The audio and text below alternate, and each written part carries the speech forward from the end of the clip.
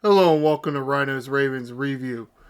We're going to wrap up the off season and training camp and preseason before we prepare for the regular season, which is fast approaching in a week now for the Ravens anyway, opening up on next Thursday against the Chiefs. See about that. See them on BaltimoreRavens.com and see right here something to be a little excited about, at least a lot of players are. Yes, the whole Darkness Falls theme, I guess, the All Blacks, announce when that's coming in. Also, something they did dabble with a little bit several years ago, kind of the color rush kind of thing. And all purple will be sometime the 11th of November, and wearing a purple helmet, something they don't or haven't done a lot. Usually they wear the black helmet. That's like the only helmet they've ever worn. There's a few different logos on it, but a lot of people are excited because it does look very nice. It does seem at this point of the season, for me anyway, that's the only thing to be excited about. Because I'm questioning a lot of things.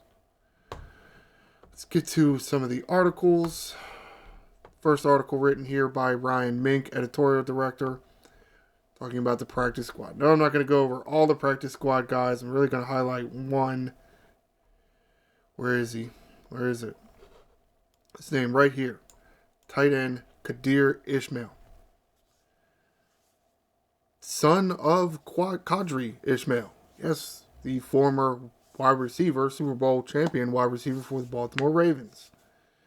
Son Kadir did play quarterback and transitioning from, quarterback to wide receiver to now tight end. It's a pretty big dude. Not making the team right now, is on a practice squad. Hopefully we will have the opportunity to get him on the 53-man roster and not get him stolen like Darren Waller was. Somewhat annoying. There's a lot of potential from this young man. He's 6'6", he's very tall. That's a very good sized target for Lamar Jackson. Or honestly, any quarterback. Good news for the future. Maybe even later this season, who knows. Good to have depth. But this other article written by Ryan Mink. Headlines kind of saying it all there. Keaton Mitchell, Arthur Millette, sidelined for at least 4 games. Keaton Mitchell, we all know, with that nasty looking knee injury last year, not quite ready to come back, is on the physically unable to perform list or PUP list. When exactly he will be able to, it's not a definitive schedule yet, but the Ravens are confident that he will play this year for them. Arthur Millette having arthroscopic knee surgery. Sounds like it's a big thing. It's really not. You only need like 3 or 4 weeks recovery time, which is somewhat odd. Arthur Millette being the primary slot corner anyway. Hamilton kind of plays in the slot a little bit, but he's not really a corner. Hamilton's a bigger dude. Arthur Millette is a little smaller, more corner-sized person. Played very well out of that corner spot. The slot corner spot. Will be missed for at least the first 4 games. But again, we are thinking that, at least at this point, we're the understanding that Keaton Mitchell and Arthur Millette will be on the team. Talking about something else, this article written by Clifton Brown, BaltimoreRavens.com staff writer, something that has been discussed for almost the whole offseason, other than the fact that you didn't run the football in the AFC Championship game. The offensive line. Ronnie Stanley is looking healthier. So everybody's saying him and seeing him in training camp and preseason whatnots, and he does look better. But been letting all these guys go. I'm still kind of sore that they let Ben Powers go. Morgan Moses, I understand why you let Morgan Moses go. Because you want to get a little younger, a little more athletic. But, as the headline says, Harbaugh won't announce who the starting offensive line is. Okay. John Harbaugh and his mind games of not telling anybody anything.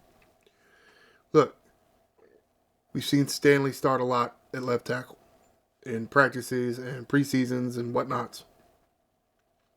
And it's looking like Voorhees, again, from what we've seen start, especially in some of these preseason games. Voorhees looks to be starting at left tackle. Of course, Linderbaum, I'm not left tackle. Voorhees at left guard. Linderbaum at center.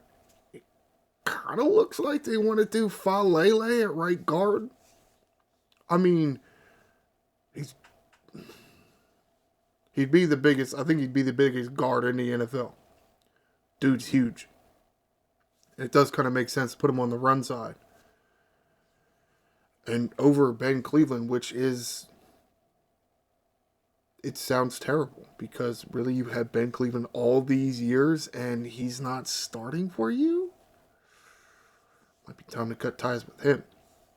And then Roger Rosengarten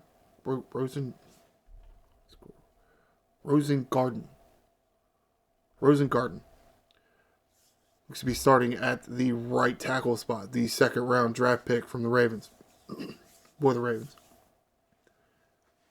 I mean, what other options do you have? I mean, you have McCary as an option at one of the tackle spots, and again, I mentioned Ben Cleveland. Those are really the only other guys that are competing for a job there. Simpson, they let what's his name, Simpson go, which I thought he performed very well. But another thing he mentioned in his article is the rotation. We saw some rotating of the tackles. You know, between Falele and Moses were rotating, and then McCary and Stanley were rotating.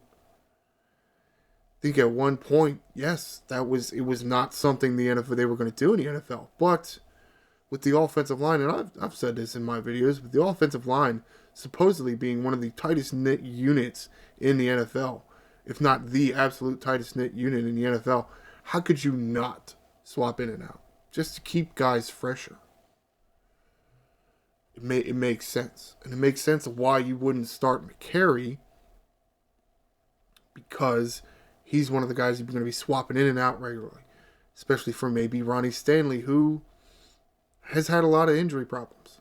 It's not that he's a terrible player, it's just that his legs keep getting injured, and when you're that big and your legs keep getting injured, yeah, you're not going to be moving well. I mean, you're going to be like a statue out there trying to block really fast and strong pass rushers. It ain't going to go well. Ain't going to go well at all. Or Roger Rosengarten being the young, inexperienced guy. Fairly good idea, assuming it can work, which seemed to work last year. It really did.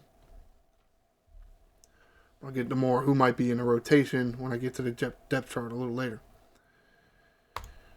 Let's come to one of the signings here. This article also written by Ryan Mink, editorial director. This is kind of old news, but again, I'm wrapping up here the whole offseason. Eddie Jackson signed to a 1-year deal.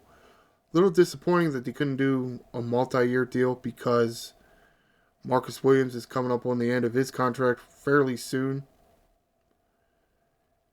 I like the idea. I mean, you think about it, you have Marcus Williams. Now, as far as safeties go, and you could put all three of them on the field if you want. And the Ravens defense have done that. And they've done it a lot. You're going to have Marcus Williams, Eddie Jackson, and Kyle Hamilton. What kind of things can you do with that? Now, it is an upgrade over Geno Stone, I think, because Eddie Jackson is a little bit more versatile. He is a little bit better tackler and can work in the box. And can also play center field. Which Geno Stone, he was more better at playing center field. Not necessarily that great at coming down to the box and making a tackle. So while we may have lost a few things on the defense, like say our defensive coordinator, probably the best pass rusher in Jadeveon Clowney, and let's say Geno Stone, you have replaced that with Eddie Jackson. Now let's take a look at the depth chart. I'll start with the defense. Talk about why I mentioned that we lost kind of a lot on the defense. And I don't know that they necessarily replaced it enough. Does Eddie Jackson help a lot more? Yes. Having Eddie Jackson is going to help. I mean, you got Stevens and Humphrey here. You drafted Nate Wiggins, who looked like he could play. He could help. I mean, he's going to need to learn because he is young. But the pass rush has suffered. You don't have Mike McDaniel as your coach. You have Zach Orr. And yes, Zach Orr has been here as a coach for several years. Right after he finished playing here, of course, his career ended early because of a neck injury. Very disappointing, but he looked like a really good linebacker. So, while we may be okay at coaching, though what Orr is really going to lack is experience, which I don't think it's going to be knowledge. I think it's going to be experience.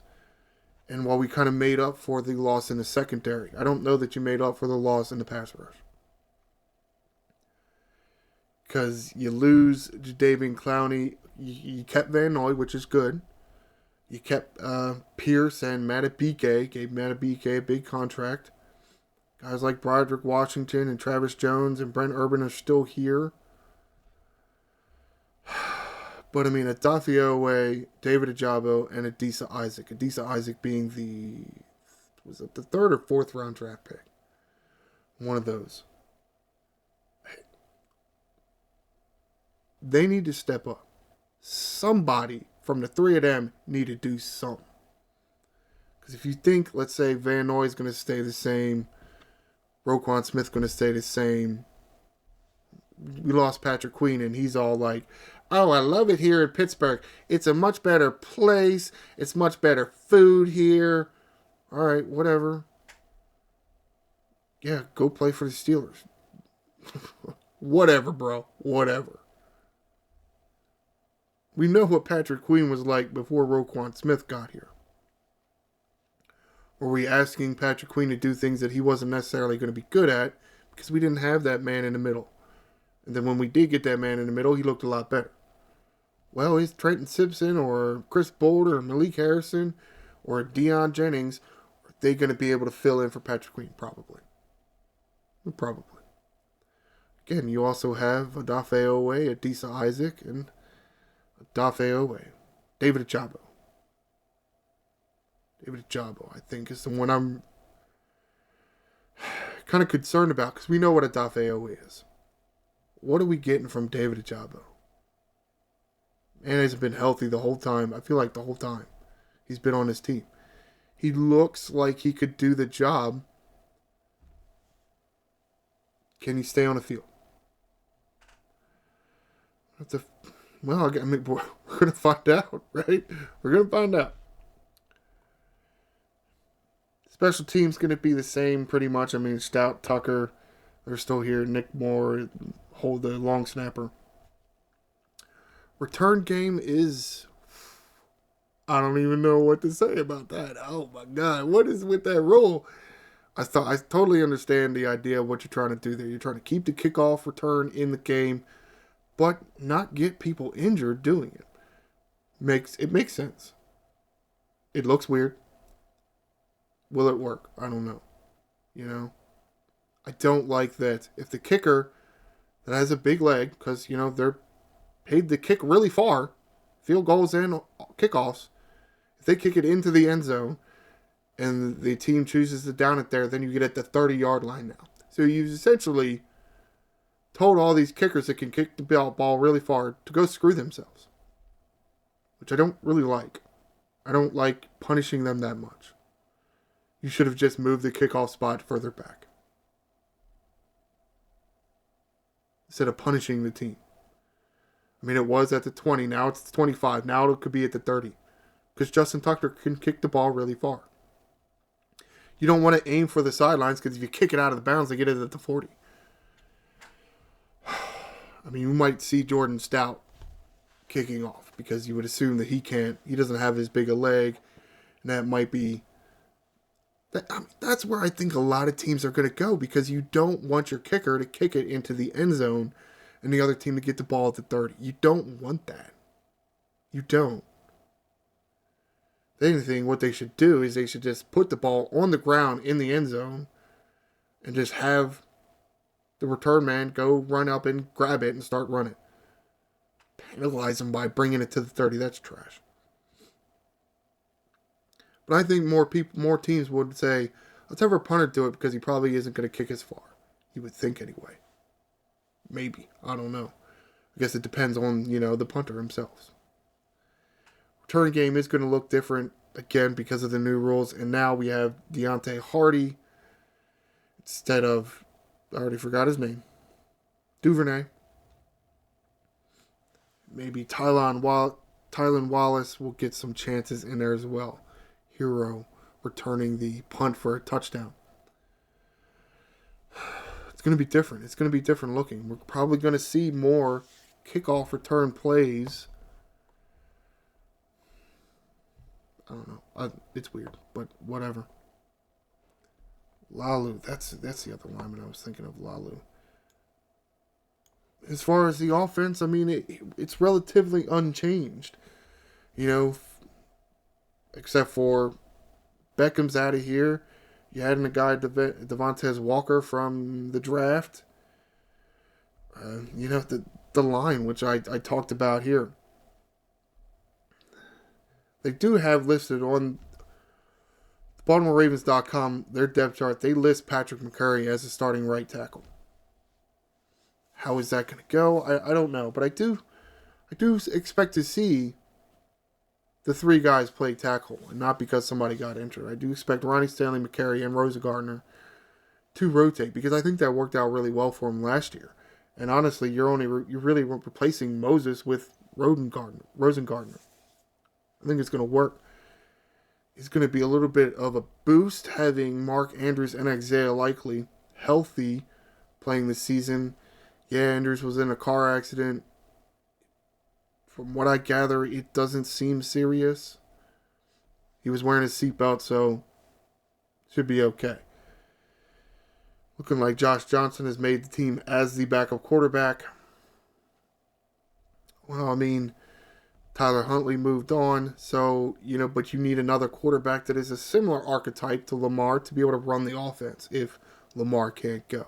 Because you can't change the whole kind of offense if you bring, a statue quarterback in. It's just not going to work. It's not going to be the same. Card's still here. The running back room is going to look a lot different. No more Dobbins. Not that he played that much because he was injured a lot. No Gus Edwards, which is a little disappointing. Did get kind of used to Gus Edwards being the hammer back there. Now you paid Derrick Henry a bunch of money to come in and be the hammer and stay in there and keep being a hammer. We'll see how that works. Justice Hill's still here. I say Keaton Mitchell, it's going to take him a minute to get back. It does look like Rasheen Ali made the team as the third running back. And a few other guys in the preseason games get injured, so that kind of, there was a competition for the third running back spot. Well, because people get injured, one guy kind of comes out on top, which is disappointing for those other guys, but it's kind of how it goes sometimes. I mean, I think the Ravens lost too much. Wrapping this up here. I don't put much stock in how many wins they're going to get, or even if they make the playoffs this year, because I think they lost too much, especially on the defensive side, and just didn't replace it. Now you're going to have Andrews healthy, so that's going to help the offense. Maybe the offensive line is upgraded a little bit because you got Stanley healthy and you drafted Rosa Gardner. Voorhees is healthy enough to play. Because honestly, the offensive line last year was not very good. So maybe the offense is about the same, if not a little bit better. But I think the defense is going to suffer. I don't think they will lead the league in sacks again. It's very disappointing because we here in Baltimore, I think we like our defense more than we like our offense, but maybe that's just an opinion. So after that summarization, let's wrap this video up. This is going to do it for this edition of Ryno's Ravens review, reviewing the offseason, getting ready for the regular season, which will start for the Ravens and the entire NFL will start Thursday, September 5th, 8:20 p.m. Baltimore Ravens at the Kansas City Chiefs. Rematch of the AFC Championship game. Hopefully the Ravens will run the ball more than 2 times the entire game. Good God. Gave Derrick Henry all that money. Let's use him. Of course, they'll probably give him 2 or 3 carries to start the game, and then he'll get injured, just like all their other running backs seem to do. Yay! Woohoo! Wow, am I the Debbie Downer of all Debbie Downers here. Just going to have to wait and see, I guess. So stay tuned for... Plan is anyway to do my preview show for this game September 4th. So please stay tuned for that.